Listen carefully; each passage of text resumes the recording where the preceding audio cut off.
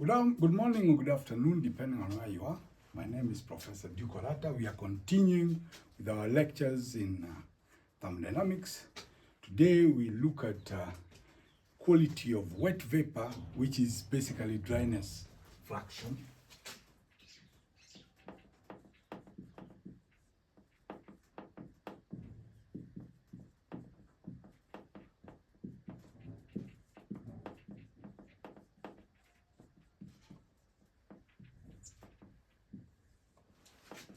Now, remember, we have looked at temperature entropy profiles, and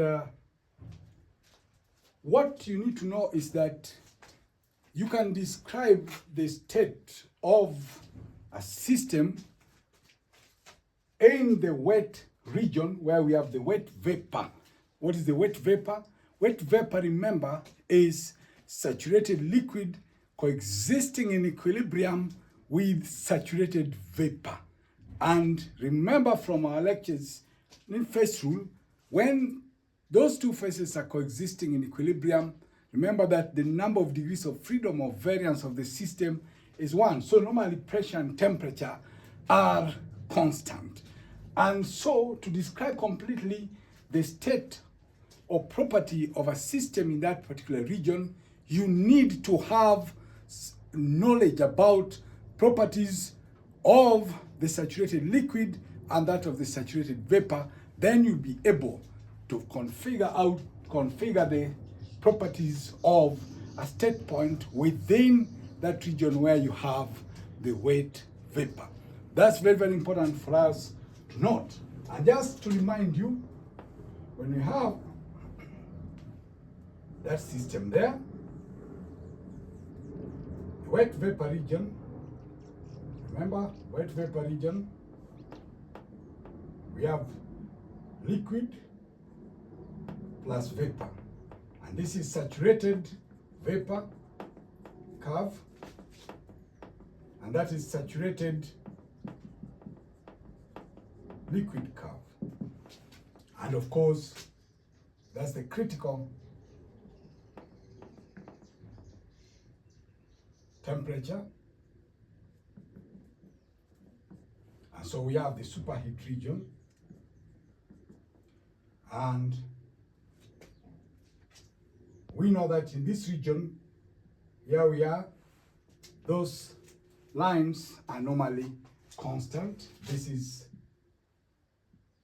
the wet vapor region, where we have both liquid and vapor, saturated liquid and saturated vapor coexisting in equilibrium.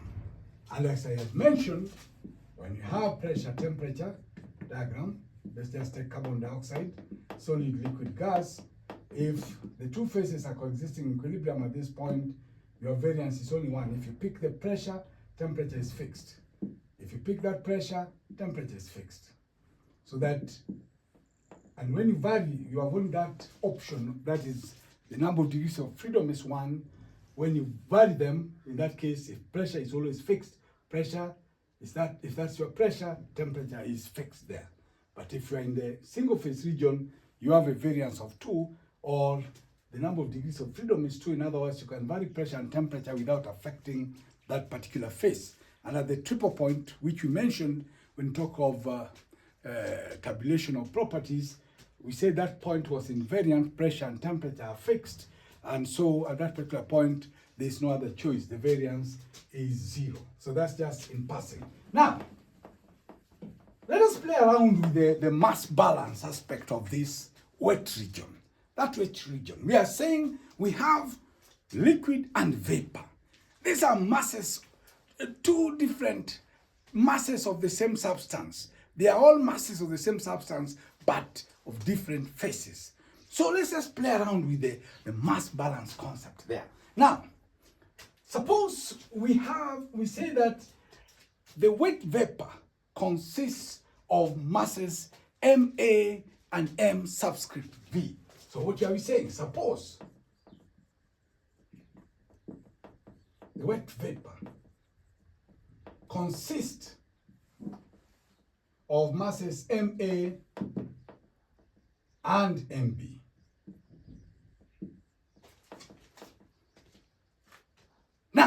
the sum of this sum total is MC. Let's call it MC. These are just subscript to try to distinguish between the liquid, the vapor, and the sum total. Now, including also in terms of specific volume,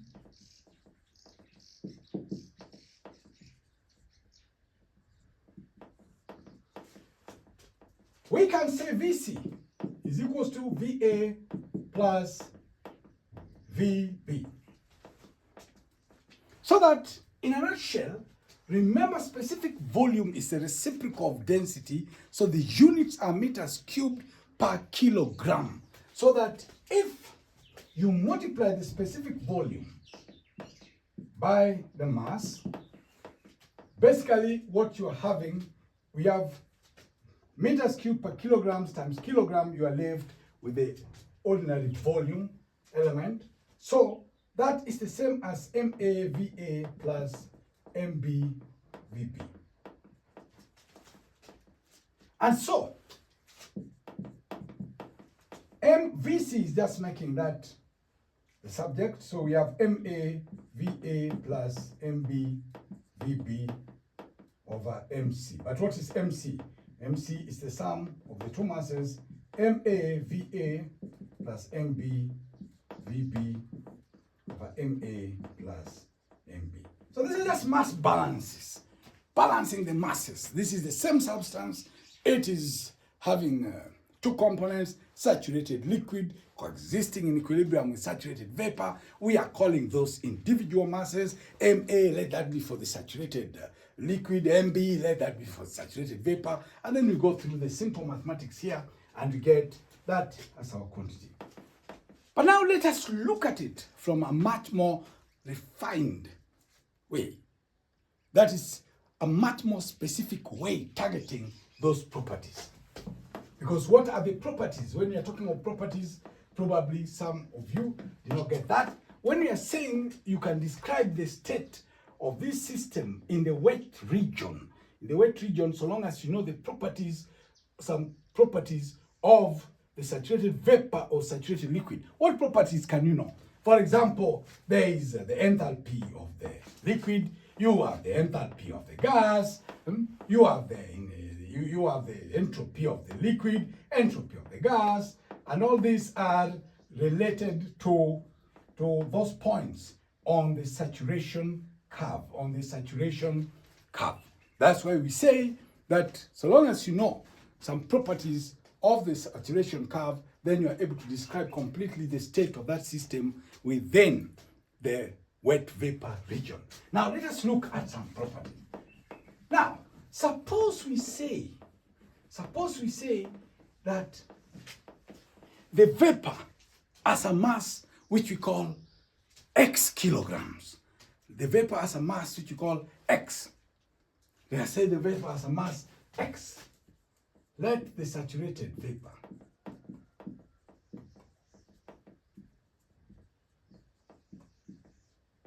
X. Now, if its amount is X and we only have liquid and vapor, then it means that saturated vapor, it means that for the saturated liquid, it will be 1 minus X kilograms. Now, you might be wondering, why is that so? Very simple. If you remember when we were deriving phase rule, and when we have talked about quantities, we have mentioned about mole fractions. And the sum of mole fractions, where we can say we have three components, let's say to 3, so that we have mole fraction 1 plus mole fraction of component 2 plus mole fraction of component 3. This total must be 1. So what does that mean? It means that if you have the mole fraction of the 3 components, you don't have to specify all of them. You just specify 2 of them, then you can calculate the third one. For example, if you specify mole fraction of 1 and 2, mole fraction of 3 will be 1 minus mole fraction of 1 minus mole fraction of 2. If you specify mole fraction of 3 or of 3, it will simply be mole fraction 1 minus mole fraction of 1 minus mole fraction of 1 minus mole fraction of 2. So in other words, you don't need to specify the 3 components. You just need to specify n minus 1 of those components. If n represents 3, then you just need to specify the 2 components and you get the third value, or the third value which you are talking about. So in the same way, if we say that we have the vapor as a component and we have the liquid as a component, then in that particular case, we have x1 plus x2, and this must be equal to 1.00. And so if x1, if we say x1, we know what is x1. What is x2? x2 will be equal to 1 minus x1. How do we know that? We have said we have x1, we have x2. So x1 is equals to 1 minus x2. Find out what is x2. You see that minus x2 is equals to x1 minus 1. So x2 is equals to 1 minus x. Straight away, x2 is equals to 1 minus x. x1. So in the same way, when we say that saturated vapor as some mass which we are giving as x, then it follows that the other component will be 1 minus x. And that's based purely on the principles of mole fractions. Now that we know that, what does that mean? What does that mean? It means that if we take some property, we can take internal energy, we can take enthalpy, we can take entropy, we can take specific volume. Those are properties. If we take properties, let's take internal energy. Let us consider the property U, which is internal energy.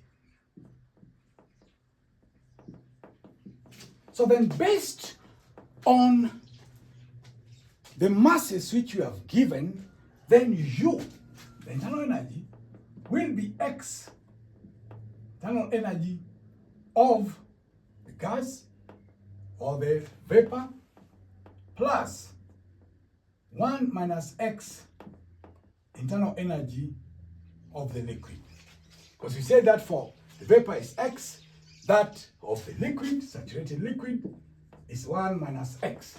And so we have just factored that out in the representation of that property which we call internal energy. That property which we call internal energy. I repeat, very important. If we call that quantity as X, and there are 2 components, then the other one is 1 minus X. Get that point very, very clearly. So we said if you know 3 components, then you just need to define 2, you know the third one. So in the same way, if you have the 2 components, then x1 plus x2 must be 1. So x2 will be 1 minus 2. Even if you do it in the reverse way, x1 is 1 minus x2, then you make x2 the subject, you still get the same expressions. You still come to the same things. And so we are just using that concept here. That is, you have apportioned the quantities of the vapor and the saturated vapor and the quantities of the saturated liquid in the wet vapor.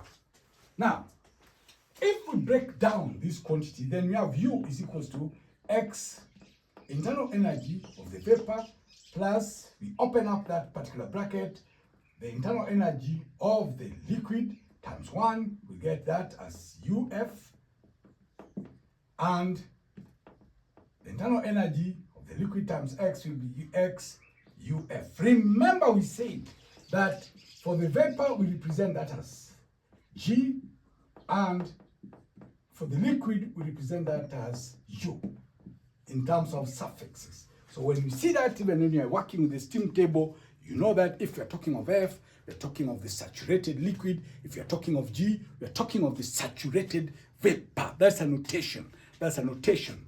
But that's a notation which we are using.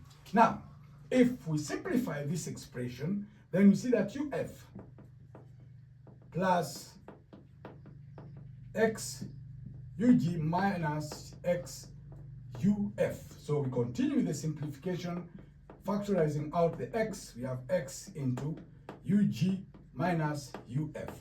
And this UG minus UF is simply UGF. So U is equals to UF plus X UGF.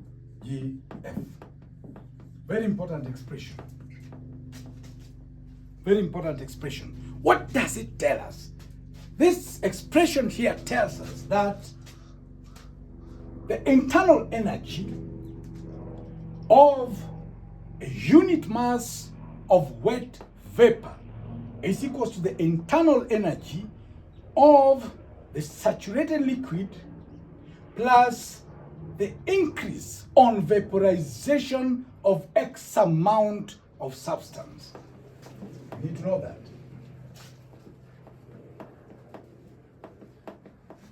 What are we saying? Let's write it down. The internal energy of a unit mass of wet vapor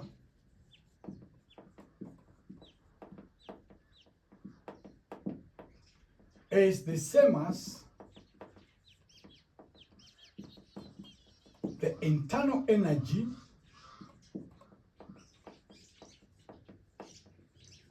of the saturated liquid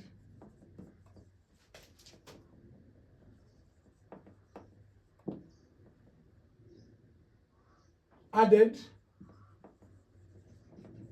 to an increase of X amount of the substance on vaporization.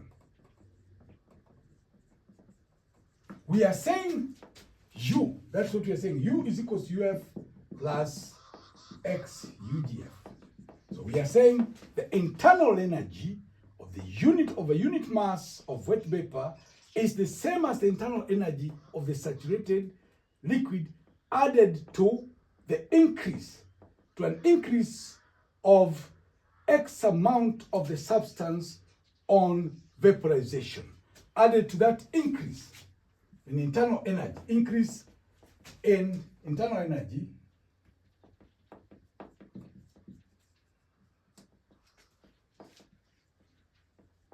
of the X amount of the substance, of the X amount of the substance on vaporization. That is, you have the internal energy of the liquid here, and to it is added that external energy, which is internal energy, which is generated when X amount of that material vaporizes, when X amount of that material vaporizes. And this property is in general true, that if we have, for example, we can do the same for enthalpy. Suppose you have enthalpy, H. Enthalpy in the same way, being a property, the enthalpy will also be the enthalpy of the saturated liquid plus the increase in the enthalpy on vaporization of X amount of that substance. That is X, H, E, F. If we talk of volumes, specific volume,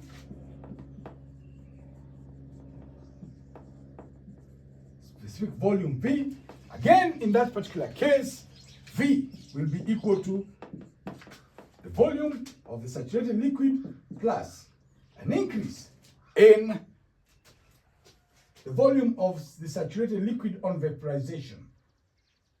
The increase,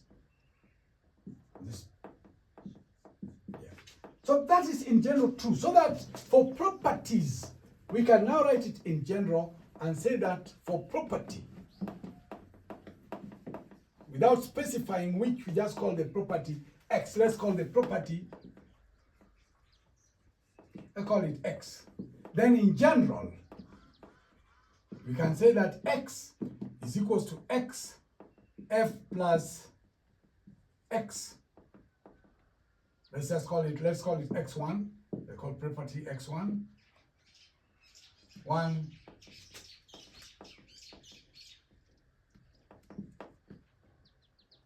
Let's call that GF. in general.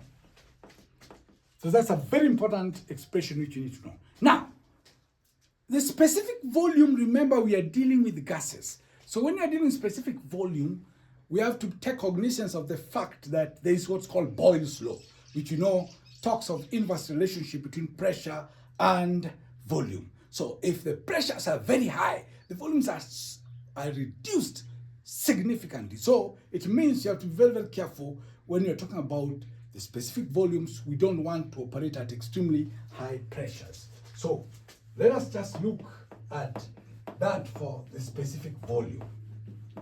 Let's just look at that for specific volume. V. Specific volume, I said, is Vf plus x of Vdf.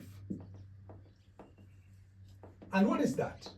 What is Vdf? We have already seen that Vdf is V of gas, saturated vapor minus V of saturated liquid. But we know that this Vf is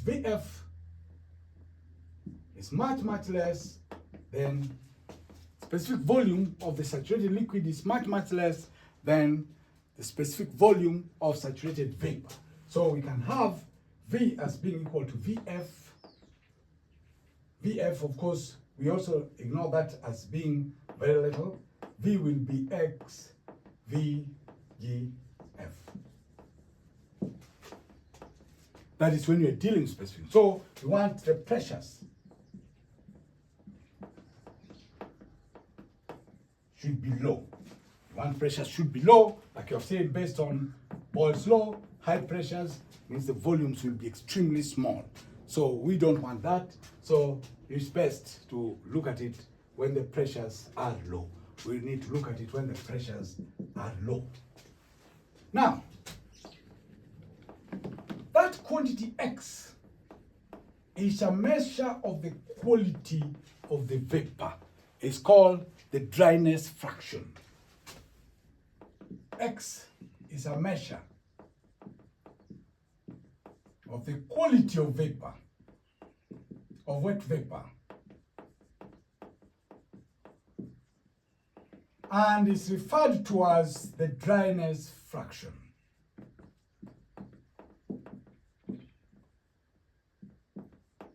Dryness fraction. Very important. Tells you the quality of that vapor, and it's basically the dryness fraction. It's basically the dryness fraction. And that dryness fraction, X, is defined with, it's basically the mass of dry stream of vapor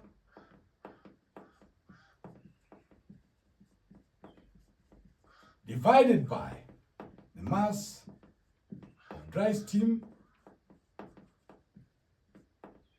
of vapor plus mass of liquid. Very important, very important. So you must always be aware of the dryness fraction. Now, if you look at the temperature entropy diagram, which we have been talking about quite extensively in our other lectures, temperature entropy, that's temperature, entropy S, that dome that we say is the wet vapor region, where we have liquid plus saturated liquid and vapor, saturated vapor coexisting in equilibrium, and we say this is the saturated vapor line, vapor curve, the saturated liquid curve. The dryness fraction on this particular curve, the dryness fraction here, X is equals to 0.00. Look at that expression for X. We have liquid, we have no steam, so it's 0. So we have 0. Whatever the value of mass of liquid doesn't matter, because that's 0 is in the numerator. And for the saturated vapor, the X is normally 1.00 on the curves. For the point on the curve, X, the dryness fraction, is 0 for on the saturated liquid curve, and the dryness fraction on the saturated vapor curve is 1.00. And of course, always remember that's the critical point. And we have the superheat region. We have liquid here. Of course, we'll have subcooling that particular region. If you look at when we talk of degrees of superheat and so forth, we have captured those in those previous lectures. So we will stop there today.